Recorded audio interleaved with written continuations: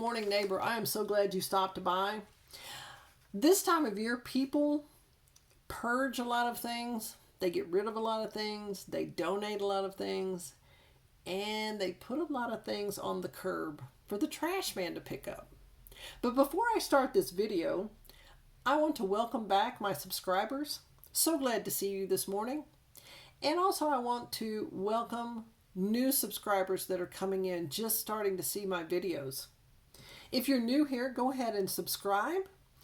Hit that bell and make it light up so you don't miss any of the videos coming up in the future. Now we're going to get into curb shopping. I call it recycling. Trash or treasure? Well, it just all depends. It's at a $0 cost. And in a previous video, I talked about tracking your expenses. Those expenses would be in red on a calendar. Now, you can't say that, let's say this basket that I found, and it was not purple at the time, but I found this basket on a curb, a trash day, in a neighborhood that I was going through, visiting some people. Not only did I find this one, and this had the tags on it, it was brand new. There were 6 baskets of different sizes and shapes, all with tags. Perfect condition. I spray painted this one purple because it's going to be for a friend of mine, and I'm going to fill it with goodies for the new year. The flowers, the same thing. They, of course, have been sanitized and washed, and they've dried and they're perfect. Again, trash or treasure? This was someone's trash. I took it and made a treasure out of it. I can use it. I can decorate with it. I can use it for flowers. I can use it for a goodie bag or a present. Depending, if I didn't want to paint it, I didn't have to. But I can paint it. This is her favorite color, she said. So I thought, I'm going to spray paint this purple. And I had the spray paint. So check what time of the week. If you're in an urban area, check what time of the week that they put the trash out in different areas, different neighborhoods. I'm not saying make a full-time job out of it. Some people do. Some people are metal scrappers and they do extremely well. But I'm not saying make a full-time job out of it. But if you're just driving through and you see something you want, if you have a truck, that's great. If you just have a car, then you're limited on what you can put in your car. First thing is, make sure that you're picking up things that you know that you'll be able to use or pass along. No reason to pick up things that are completely broken and you know you're never going to fix them, and they just clutter up your life and clutter up your house, garage, homestead, barn, whatever it might be. After you've checked the pickup days in your area for trash, have time to drive through. You may not get anything. You might get a whole lot. Things that they put on the curb, they might put a sign on there, free. I've seen furniture, I've seen washers, dryers, stoves, and it says in working condition, free. In other words, they've remodeled.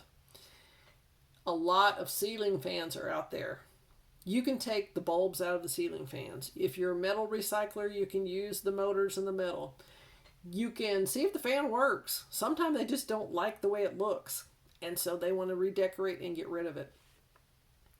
The covers to the bulbs, if they're not broken, they can be sold in a garage sale if you want. You can use them at your home. Just think, things are endless. Ideas are just out there. Have a space that you're going to put these items. Again, if it's going to be a part of your garage, half of your garage, a part in your house, if you have a storage unit and you're making a business out of this to resell things, a part of the barn that's never used, or a shed, you decide what you want to pick up, how much you want to pick up, and then my suggestion is make sure you follow through and do something with it. Don't let it collect dust and you had these visions of grandeur and these wonderful ideas, and it just sits in a shed. And it ruins because of one reason or another, and then you have to end up throwing it out. Again, I talked about truck or car. Truck, you have enough space to pick up washers, dryers, refrigerators, whatever you want to pick up. Fencing, I've seen people throw away wrought iron fencing. Not quite sure why. The car, you can pick up things, but it will limit you. Saving items from the landfill, and this is a great idea. All the things that you pick up and recycle, reuse, refurbish, pass along, sell, it's not going in a landfill. It's perfectly good stuff. It could be furniture. It could be fencing, wrought iron fencing. If you didn't pick it up or someone else didn't pick it up, it go in the landfill. We don't need, in my opinion, to continue to fill the landfill.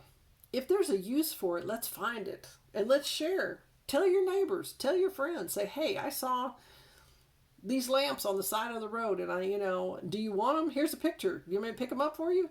Okay, great. I was driving to a location through a neighborhood one day, and I never look on the curb. I was just on my way, from a friend's house going to another location. I just looked, it was their trash day, and I looked on the curb, and there were these two huge lamps. No shades, but they stood, if you put the shade on it, it'd be about at least 3 feet tall, if not taller.